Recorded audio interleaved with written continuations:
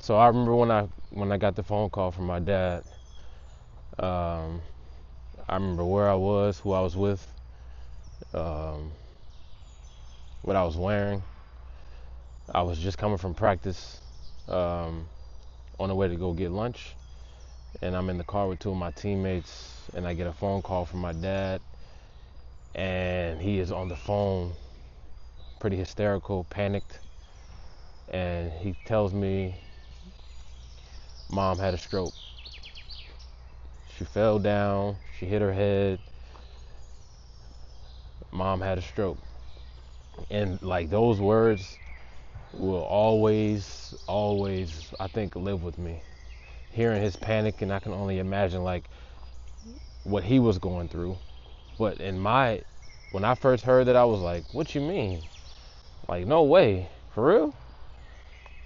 Because I had kind of always knew that I could get a phone call like this while being over here in Europe, but I never imagined that it would be my mom, like a grandparent or somebody like that, someone older, someone that you kind of expect to go, and have these type of accidents or problems. And I dropped my teammates off, and I'm sure they can hear the worry in my voice when I'm talking to him. He said I'm gonna call you back, so I dropped my teammates off, and I'm just sitting in the car in the parking lot at the restaurant. I call my sister. My sister lives about 3 hours away from my parents, and she's like telling me, "Yeah, I'm on the way home. Um, she had a stroke. They called the ambulance, and I'll let you know." So an hour or so goes by, and that day in practice I had sprained my ankle pretty bad, so I needed to go to the doctor to get like an MRI or get some type of test on my ankle. And I never went to go eat. I'm still trying to like kind of process what my dad just told me and my sister just told me. And I go to the doctor's office, and I'm waiting in line for the doctor, waiting in line to get. I'm in the waiting room, and my dad calls me back.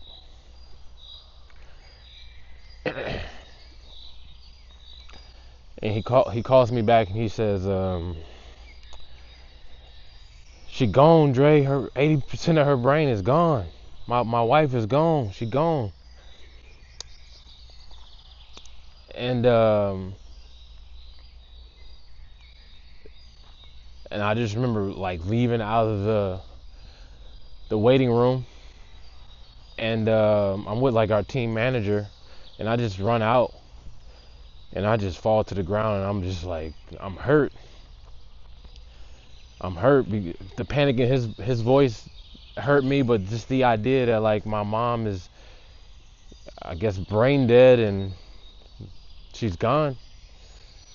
Um, and I just remember falling to the ground and just crying, like loud, like people looking at me crazy, and I'll never forget the guy. His name is Mircha, and he came up to me and he just gave me a hug, and he was like, "Is there anything I can do for you?" And that was the moment where I felt like I truly felt far away from home. Like I have a life built here in Romania. I have a wife, a beautiful house, a life, and this was the first time where I truly felt alone and far away. And I'll never forget that small gesture he made towards me, and just say, "Hey, is there anything I can do for you?" I told him no. I got in my car and I drove home. So later on in the day, my sister finally makes it home. She gets to the hospital with my father, my grandmother, my grandfather. They're all there, and my dad and my sister video called me with my mom in the hospital bed on like a ventilator. And at this point, I think she can still hear. They told me that she could still hear. And I'm seeing my mom, tubes all down her throat. I'm seeing this person just in just such a vulnerable state, somebody that you know to be just this kind of invincible, immortal person in such a state like this. I just felt so bad and so sad. And I remember my dad telling me, "Hey Dre," like this is when I knew like this man was a very strong person, and he was really trying to keep it together for me and my sister. And he was like, "Hey Dre, you tell her the good news. Tell her, man, go ahead, tell her." And it was the fact that my wife and I were having a baby. My wife was pregnant, and he was like, "Tell her, let her know the good news, man."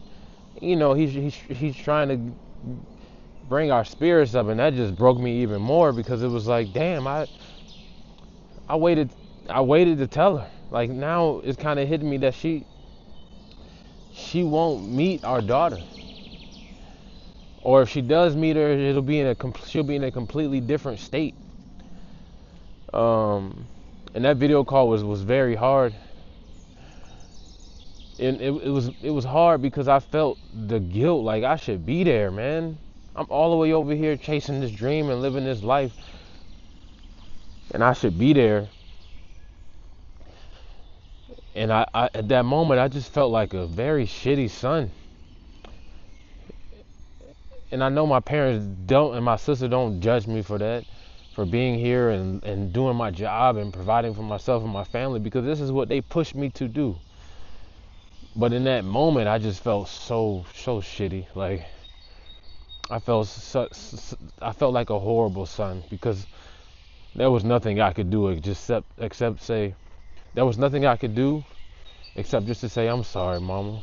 I'm so sorry." That's all I could. I just kept saying that over and over because I was sorry that it happened to her, but I was sorry that I wasn't there to hold her hand and protect her.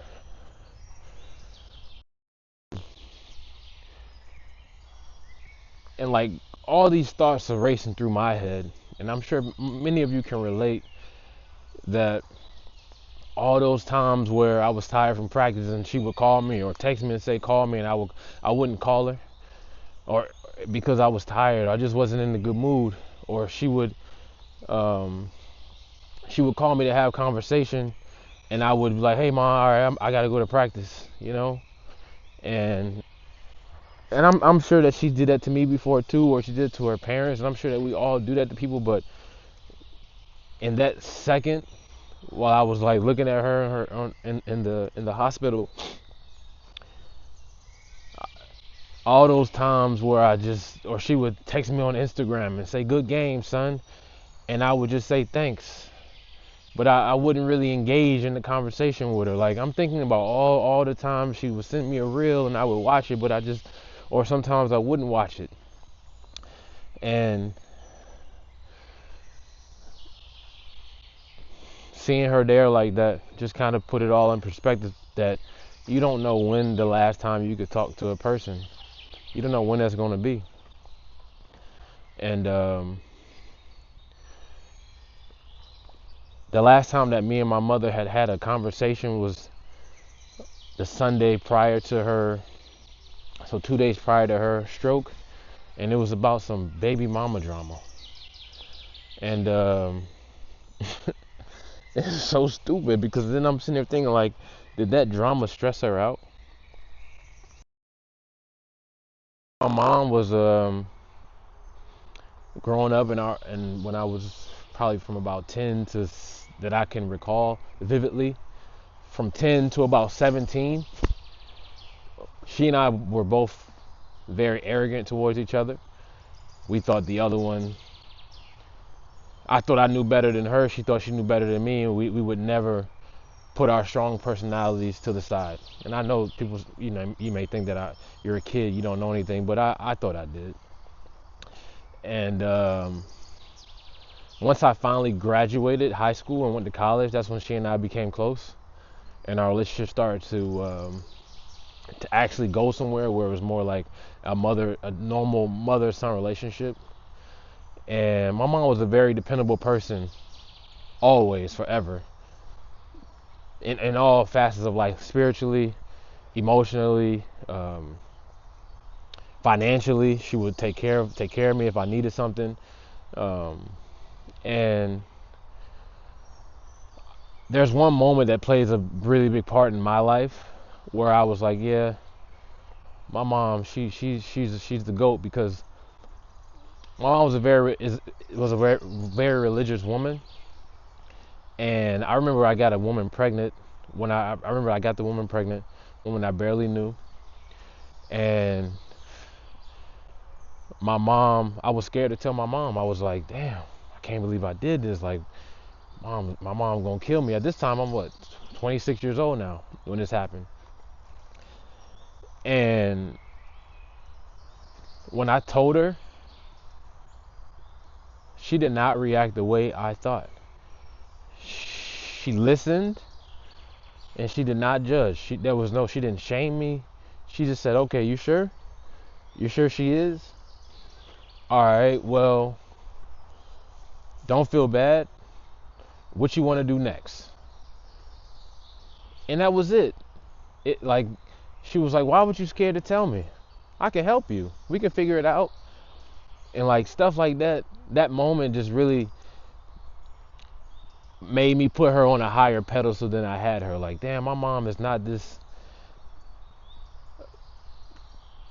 person that I have in my head that I can't talk to.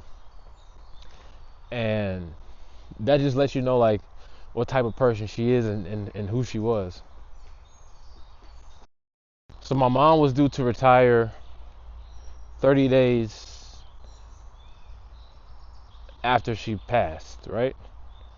So she passed in January, and at the end of February, on her 60th birthday, February 28th, she was supposed to retire. And I remember my sister and I was saying, hey, to each other, we're going to throw her a party, or... And I was like, well, let's just send them on a trip, man. It's going to be hard to organize all those people and who to invite and do all that coordinating. It's going to be hard, you know? And so we was like, all right, we'll just send on a trip. And now here I am on the way home on a 20-hour flight with my wife. And my sister and I are now planning a funeral. And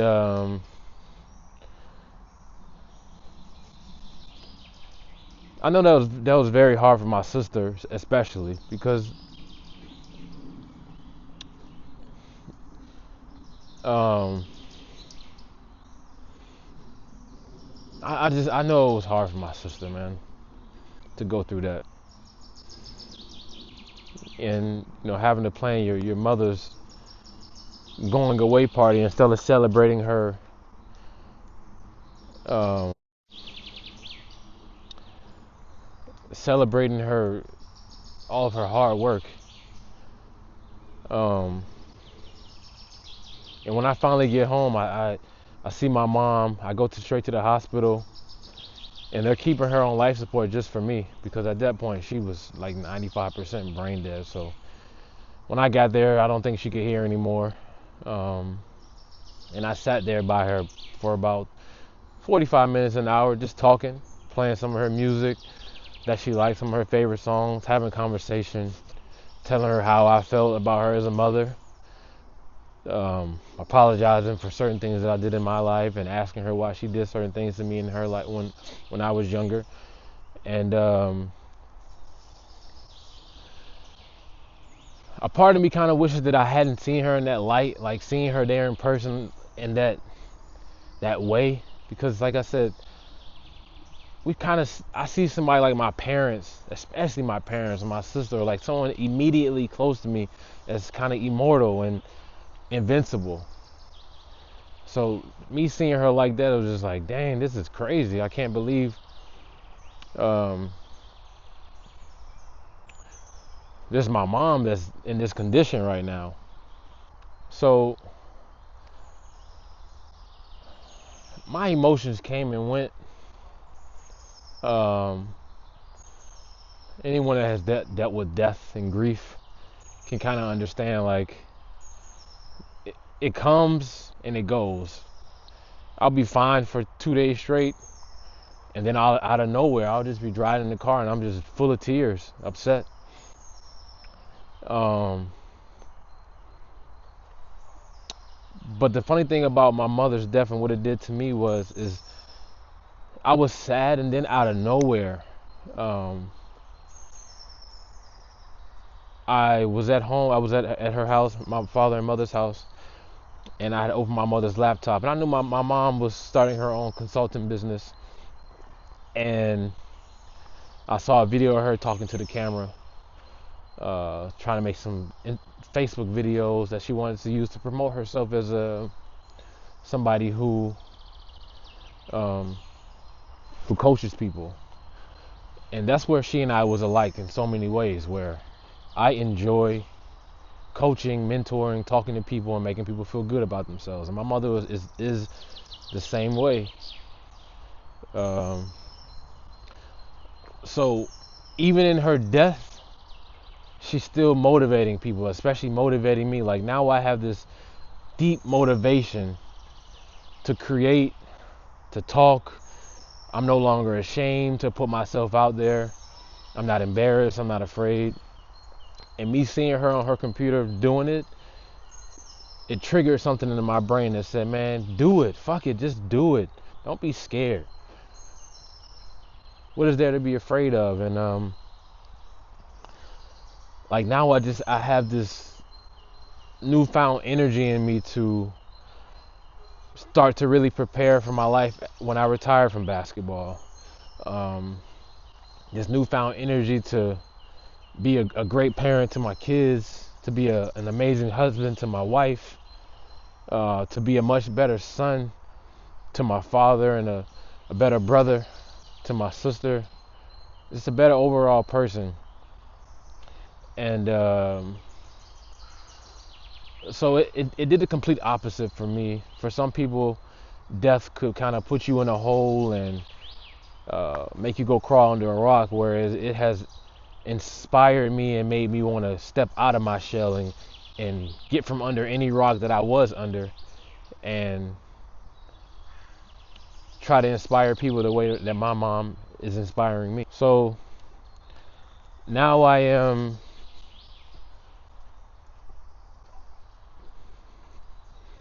mourn my mom. I miss her all the time. I'm constantly looking at videos or thinking about her. I still get emotional. And I talk to my dad a lot.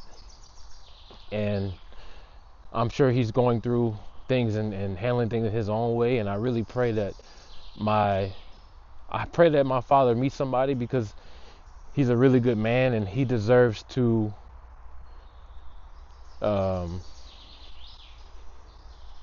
he doesn't deserve to be alone the rest of his life, and I don't want him to be. And I won't judge him for meeting someone and enjoying his life. He was a great husband. They were devoted to each other for almost, I don't know, what am I, 36, so 38 years. And I'm growing my life here in Romania. This is what my family wants. They want me to, they always wanted me to spread my wings, and that's what I'm going to continue to do. And I pray that my sister and her husband are able to get through this in their own way. I haven't really spoken and told anybody how I felt. This is probably the first time on this camera that I will have expressed my feelings. I haven't even really ever talked to my wife about it, because a part of me just wants to be this stoic person and this strong person for the people around me. But my mother's death definitely has affected me, but it's affected me in more of a positive way, where it has kind of pushed me and jolted me forward and want to be a better person overall. In 2 days, it's Mother's Day. My first Mother's Day without my mom, and I just want to say, Mom, I love you. Happy Mother's Day, and until next time, I love you.